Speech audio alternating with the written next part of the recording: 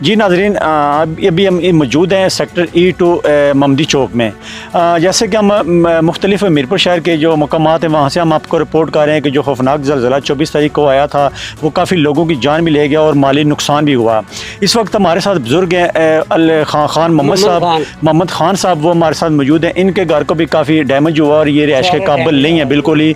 हम ऊपर रिपोर्ट करने गए, हम कवरेज करने गए तो हमें बहुत खौफनाक लग रहा था कि खुदा न खास्ता ये कभी भी गिर सकता है।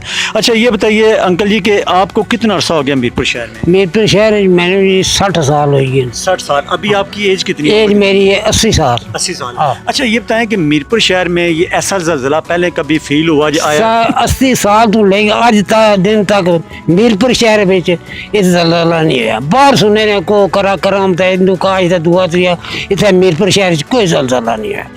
हाँ। अच्छा तो अभी जब ज़लज़ला आया आपका मकान काफ़ी ख़राब हो चुका, अभी ये रिहाइश का काबिल नहीं रहा। यहाँ पर कौन रहता था? इधर मैं अंदर सा नमाज पढ़ी तो सोचे ऐसा तो दोनों टाइम है, फिर मैं उठना मैं जब असर के टाइम उठसा तो जिला ज़लज़ला है ना ये ऐसे ऐसे लिया मैं जोर ला पैर लगाने बाहर हमारी बच्ची थी वो पौड़ी तो उधर की नहीं गई तो बीवी मेरी थी। अच्छा आपका जो ये घर है ये मीरपुर शहर के अंदर है, खास सेक्टर है जो। अच्छा इस आपके पास कोई अमदादी लोग आए, किसी ने मदद की या कोई पता करने आया या कोई इदारे का कोई बंदा आया? महल्ले ने आए, बाकी इदारे ने कोई बंदा नहीं आया, कोई कुछ नहीं आया भाई नुकसान है महल्ले ने इकट्ठे जो तक क्या सुना था। दूसरे तीसरे दिन भी 4.4 का ज़लज़ला आया, उस वक्त मैं बच्ची मेरी उठा नमाज पढ़ी उठे बैठे बाकी डेरा उधर होना फिर कमरे उठे रहने सारे बाल बच्चा।